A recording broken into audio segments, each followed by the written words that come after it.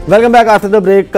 Election transmission जारी है, ABN की खुसूसी ट्रांसमिशन। आज बात हो रही है सिंध की, कराची, हैदराबाद, बड़े बड़े मार्के। क्या फैसला होगा सिंध की आवाम का? हमें पाकिस्तान पीपल्स पार्टी की रहनुमा जनाब शर्मिला फारूकी साहिबा ज्वाइन कर चुकी हैं। शर्मिला साहिबा, ये बताइएगा कि बिलावल ने ज़्यादा फोकस जो है वो पंजाब और खैबर पख्तूनख्वा का रखा। सिंध उस तरीके से नहीं लगता था कि वाहिद उनका फोकस सिंध है, वो सिंध से बाहर निकलना चाहते हैं।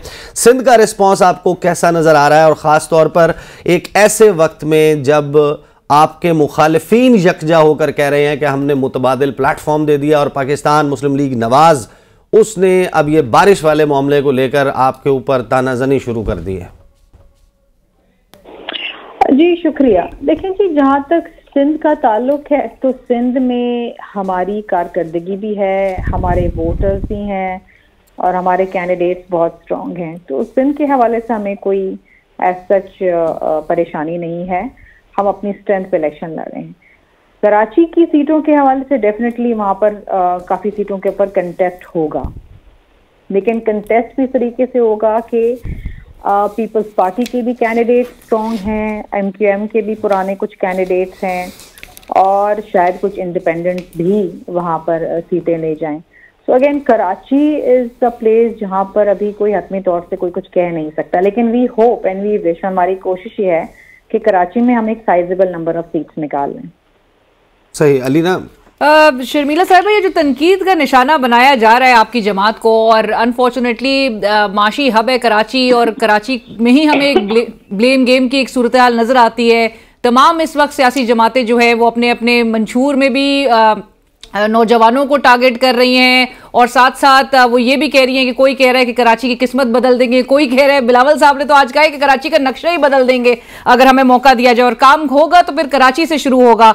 लेकिन ये जो इल्जामात लगाए जा रहे हैं, और जो ईसा ने भी जिक्र किया कि जो बारिशों के बाद की सूरत हाल है जिसमें शदीद तनकीद का निशाना बनाया जा रहा है, ये पहली बार नहीं हुआ है, और इस पर क्यों नहीं कोई तवज्जो दी जा रही? आपकी 15 साल की कारकर्दगी पर तनकीद की जा रही है। अभी ये भी इल्जाम लगाया जा रहा है कि सिंध से गाड़ियां भर भर के पैसे जो है वो गए हैं, और इन्हें जो 127 है लाहौर का, जहां से बिलावल साहब कॉन्टेस्ट कर रहे हैं, उसके भी हवाले से कहा जा रहा है कि वहां पे आप लोगों ने कमीशन एजेंट्स जो हैं वो मुकर्रर कर दिए। तो इस पर आपके क्या रिस्पॉन्ड किस तरह से करेंगी, और कराची को फोकस जो है वो सही मानों में कब किया जाएगा और किसकी तरफ से किया जाएगा?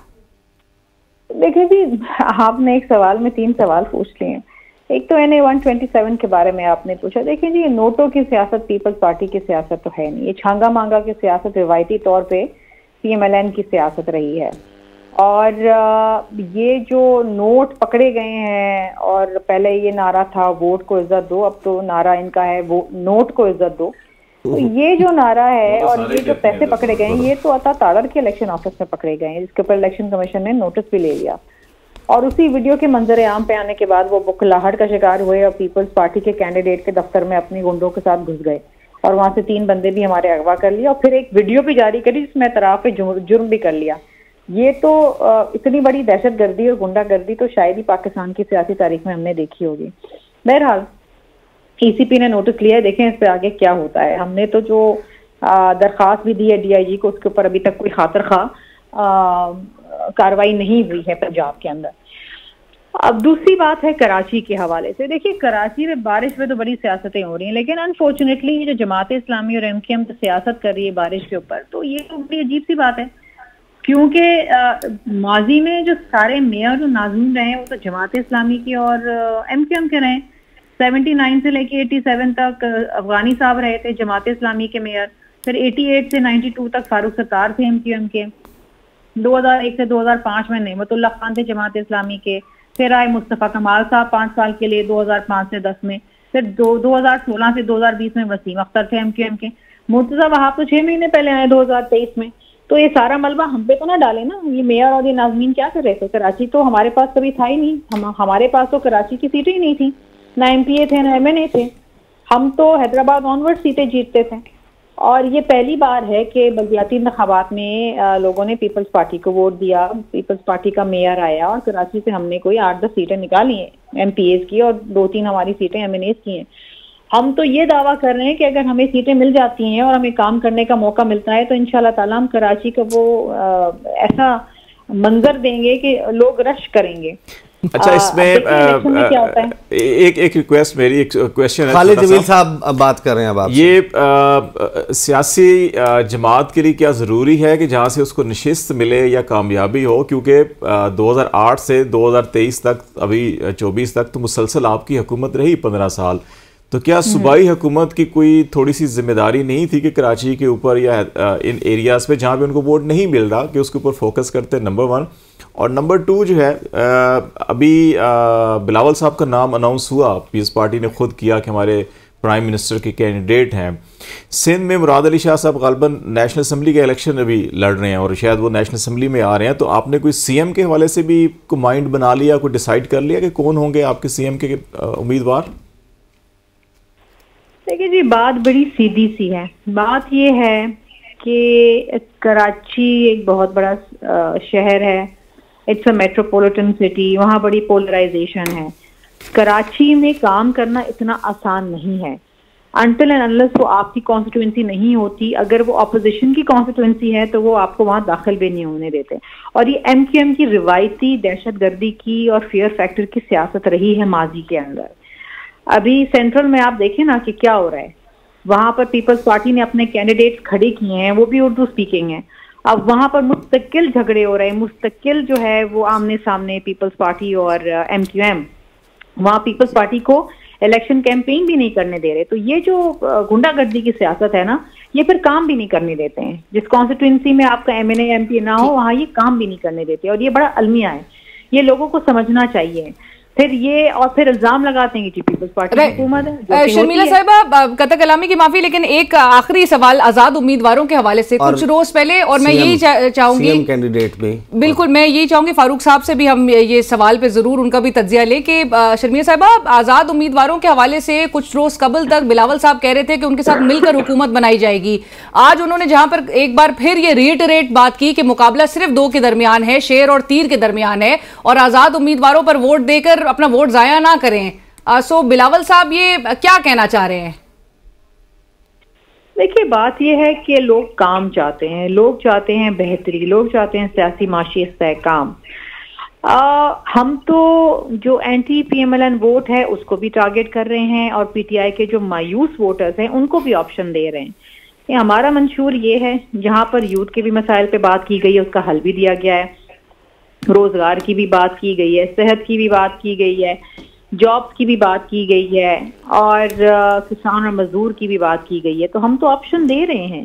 देखिए, वोटर को अपनी चॉइस बनाने का पूरा हक देना चाहिए, क्योंकि वो वोटर जो पीटीआई का था वो बड़ा मायूस हुआ है, तो उसको आपको ऑप्शन तो देना है। और वाई नॉट, वोटर तो सबके लिए काबिल एहतराम है, चाहे वो किसी भी जमात को वोट दे, और वो सोच समझ के वोट देता है। तो अगर किसी इंडिपेंडेंट पे वोट जाया करने के बजाय किसी ऐसे को वोट दें जो इक़्तिदार में आके आपकी खिदमत कर सके। सही, बहुत सीएम के कैंडिडेट वाली सवाल हुआ था आपसे, कौन है आपका सीएम के कैंडिडेट पे? मैं अब आपको क्या जवाब दूंगी, ये तो पीपल्स पार्टी की सीईसी डिसाइड करती है, ये हम में से कोई डिसाइड नहीं करता, और ना चेयरमैन साहब करते हैं ना प्रेसिडेंट साहब करते हैं। सही, ठीक है, बहुत बहुत शुक्रिया शर्मिला फारूकी साहिबा। फारूक आदिल साहब, चेहरा चाहिए होता है किसी भी पॉलिटिकल कैंपेन के लिए, सक्सेसफुल पॉलिटिकल कैंपेन के लिए। तो जिस सवाल से गुरेज कर रही हैं शर्मिला साहिबा, आपकी अंडरस्टैंडिंग क्या है कि पीपल्स पार्टी, जिस तरह हम नून लीग की बात करते हैं ना, तो उनको वो डिसाइडेड है कि भाई हमारा वज़ीर ख़जाना इसहाक डार होगा, नवाज शरीफ वज़ीर आज़म के कैंडिडेट हैं। पंजाब में जो है वो जिस तरीके से नज़र आया है कि मरियम साहिबा की जो करीबी जितनी भी ख़वातीन हैं उनमें से किसी सवाए मरियम औरंगज़ेब के तमाम की तमाम जब सूबाई असम्बली के लिए मखसूस नशिस्त पे जा रही हैं तो मरियम की टीम वहाँ मूव कर रही है, तो उनके जहन में पंजाब जो है वो मरियम के लिए। तो पीपल्स पार्टी का मुराद अली शाह, उनका आपको नज़र आ रहा है कि कौन होगा इनका कैंडिडेट? देखिए, जो शर्मिला साहिबा कह रही है बड़ी माकूल बात कही उन्होंने। उनका फेस है बिलावल और आसिफ अली जरदारी, और बाकी उनके खंबे हैं, वो जिस पर हाथ रख देंगे वज़ीर आला बन जाएगा। इसमें तो कोई बहुत ही अचंभे की बात है ही नहीं। और बिल्कुल इसी तरह से पंजाब में भी है, ज़रूरत नहीं है वहाँ कोई चेहरा सामने लाने की, पंजाब में भी मुस्लिम लीग की तरफ से। सही, इसी तरह से पीपल्स पार्टी की तरफ से उसकी ज़रूरत नहीं है। वैसे आपने 2-3 सवाल किए शर्मिला से, जैसे अभी दहशतगर्दी का जिक्र हुआ और उन्होंने कहा कि MQM हमें द कैंपेन करने देती है, और रिवायत ये है कि अब कोई दूसरी जमात, MQM जीती हुई है और पीपल्स पार्टी जो है वो इक़्तिदार में है और वहाँ जाके उसके मंसूबा नहीं कर, कोई काम नहीं कर सकते। मेरा ख्याल ये है कि ये बात है उस ज़माने तक की जब तक MQM लंदन वजूद में नहीं आई थी, सही है ना, और एक ही MQM थी, हाँ कंट्रोल होती थी जी, जब कंट्रोल होती थी। अब ऐसी सूरत हाल नहीं है, अब आप हर जगह जा सकते हैं। पीपल्स पार्टी का बहुत एक सीरियस मसला रहा है, और ख़ास तौर पे ये सिंध का मसला है। सिंध में जब मार्शल लॉ के ज़माने में, ज़िया-उल हक के मार्शल लॉ में अलहदगी पसंद तहरीक बनी और जी सिंध का नारा लगाया GM सैयद ने, और फिर और छोटे छोटे ग्रुप बने, तो उस ज़माने में बहुत ख़तरात पैदा हो गए थे। बल्कि इंदिरा गांधी ने पार्लियामेंट में स्टेटमेंट दिया था कि MRD की जो तहरीक है इसने हमारे लिए आसानी पैदा कर दी, हम एक और बांग्लादेश बना सकते हैं। तो ये एक कहा उस ज़माने में एक टर्म बनी थी कि सिंध पाकिस्तान की सॉफ्ट वैली है। अब इस सॉफ्ट वैली में पाकिस्तान को कैसे आप मजबूत करें, तो पीपल्स पार्टी जो थी उसने यानी सिंधी ओरिजिन को ज़्यादा अहमियत दी और लोगों को ज़्यादा एड्रेस किया। नतीजा ये निकला कि पीपल्स पार्टी भुट्टो की लाश या उनकी मैयत या शहादत और सिंधी नारा, इस चीज़ ने अलहदगी पसंदों को काउंटर कर दिया। तो अब ये जो माइंड सेट है पीपल्स पार्टी सिंध में, वैसे भी देही और सिंधी की तफरीक बहुत गहरी है, उस गहरी तफरीक में इस एलिमेंट ने जो बहुत ही इम्पॉर्टेंट था, बल्कि खिदमत है पीपल्स पार्टी की, इस चीज़ ने उस तकसीम को मज़ीद गहरा किया। अच्छा फारूक साहब, एक सवाल और ये पैदा होता है कि आप बिल्कुल ठीक कह रहे हैं कि MQM लंदन और पाकिस्तान जब बनी तो उसके बाद सिचुएशन ये चेंज हुई है, और ये हमें 2018 के वोटर टर्नओवर के अंदर भी नज़र आ रहा है कि 2013 और 2018 पहले लाखों वोट लेके लोग जीत रहे होते थे, 1.5 2 लाख तक वोट एक कैंडिडेट ले लेता था। मैंने भी एक 2008 का इलेक्शन कवर किया हुआ है, आपको मोबाइल कवर किया हुआ। लेकिन अच्छा, ये पिछला जो इलेक्शन था इसमें बड़े सेंट्रल जो गढ़ है इनका, लियाकताबाद, नाजमाबाद वगैरह जो सारे हैं, गुलबर्ग, वहाँ पे अभी भी 50, 55, 70, 80 हज़ार तक वोट गया है। लेकिन ये जो कुरंगी था, मलीर था, ईस्ट था, यहाँ तो 27, 30, 35 वाला भी जीत गया था। तो क्या MQM का वोटर भी मायूस हो गया था, उसने वोट नहीं डाला? और इस दफ़ा आप समझते हैं कि एक तो यूनिफिकेशन हुई है सारे ग्रुपों की MQM की, और दूसरा बाहर से भी नए उम्मीदवार भी आ गए हैं। उन्होंने भी कहा जी हमारे तो अपने उम्मीदवार होंगे, तो MQM हमारी है ही नहीं है। अल्ताफ साहब ने भी ये कहा है। तो ये जो दो फैक्टर हैं, अब आप क्या देख रहे हैं कि वोटर टर्नओवर कितना होगा और रिजल्ट 2018 और इसमें कितना फ़र्क होगा अगर टर्नओवर बढ़ता है? तो टर्नओवर का फ़र्क यह है कि नई कराची का एक हल्का था, वहाँ से एक नौजवान कोई अननोन किस्म का MQM ने कौमी असम्बली के लिए खड़ा किया, 2.25 लाख उसने वोट लिए, और वो वोट इंतखाबी फहरिस्त के नंबर से बढ़ गए थे। जी हाँ। तो इस तरह से अच्छा, अब मैं आपको पता है मैं गुलशन, एक आपने मेरा तो घर भी देखा, जी गुलशन में रहता था। घर से पीछे जिसमें आप आए थे उसके पीछे ही पोलिंग स्टेशन था। 2013 की बात कर रहा हूँ। 2 बजे तक वहाँ नहीं पोलिंग स्टार्ट हो सकी, सुबह से 2 बजे तक। और उसके कराची ईस्ट में आता है गालबन, कराची ईस्ट में।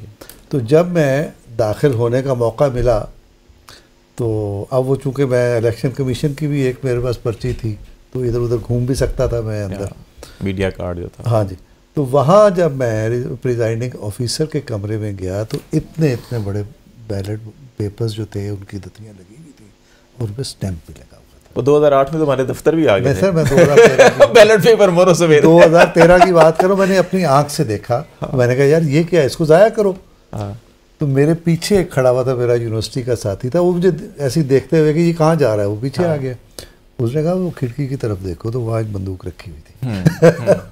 अब इन शॉर्ट आप हमें ये बता रहे हैं कि कराची का, लेकिन इस दफा चेंज, कराची का इलेक्शन जो है वो ऐसे होता है जैसे सिंध में होता था। सिंध में मैट्रिक का जो पर्चा होता है वो भी बिल्कुल। और ये एक ये नहीं, ये पॉलिटिकल स्ट्रेटजी के तहत ऐसा होता है।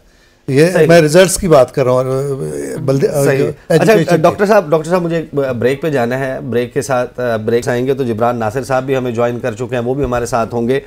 मारूफ समाजी कारकुन हैं, इंसानी हकूक़ के हवाले से एक मजबूत आवाज़ हैं, आज़ाद उम्मीदवार के तौर पर इलेक्शन भी लड़ रहे हैं। ब्रेक लेंगे, ब्रेक के बाद वापस आएंगे और पूछेंगे कि जो ये इंतखाबी मंजरनामा है, क्या इसमें जो कुछ हो रहा है, जिस किस्म के ऑप्टिक्स नज़र आ रहे हैं, इन इलेक्शंस को free, fair and transparent as per the constitution of Pakistan करार दिया जा सकता है या नहीं? बात करते हैं आफ्टर द ब्रेक।